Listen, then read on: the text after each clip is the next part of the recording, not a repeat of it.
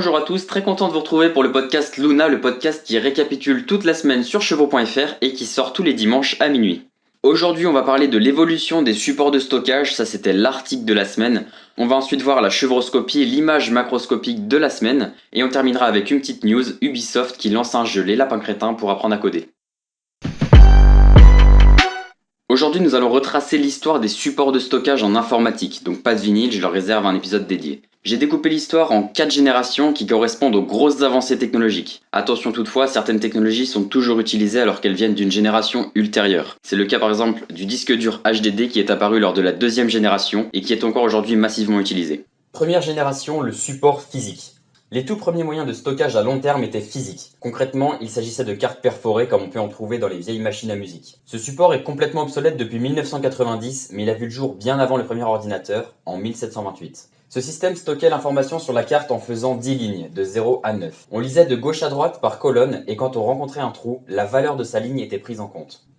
Deuxième génération, le support magnétique. Le support magnétique est utilisé dans les bandes magnétiques, dans les cassettes, les disquettes et les disques durs HDD. Ici, on stocke l'information grâce à l'aimantation des particules d'oxyde de fer déposées sur une bande plastique. Troisième génération, le support optique.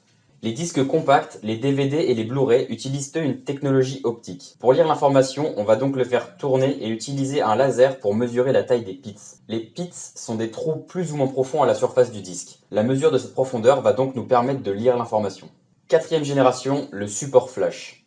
La dernière génération est la mémoire flash, utilisée dans les clés USB, les cartes SD et micro SD, ainsi que dans les disques durs SSD. L'information est stockée de façon binaire avec des transistors qui seront chargés pour représenter le 1 et déchargés pour représenter le 0. C'est donc en gros le même fonctionnement que la RAM, à la différence qu'ici l'information est conservée lors de la mise hors tension de l'appareil grâce à des isolants.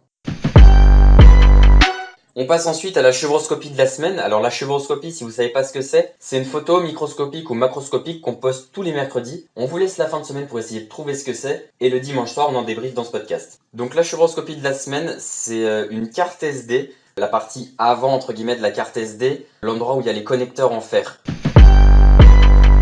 Donc la news de la semaine, c'est Ubisoft qui lance un jeu Lapin Crétin pour apprendre à coder aux enfants. Donc le scénario est assez simple. Les lapins crétins ont entre guillemets cassé la station spatiale internationale et ils doivent la réparer en programmant des petites fonctions. Ça permet d'apprendre les bases de l'algorithmie aux enfants. C'est la fin de ce podcast, on se retrouve la semaine prochaine. En attendant, si celui-ci vous a plu, je vous invite à vous abonner, à le liker ou à lui mettre une bonne note selon l'application sur laquelle vous vous trouvez pour l'écouter. Ça nous ferait très plaisir si vous le commentiez.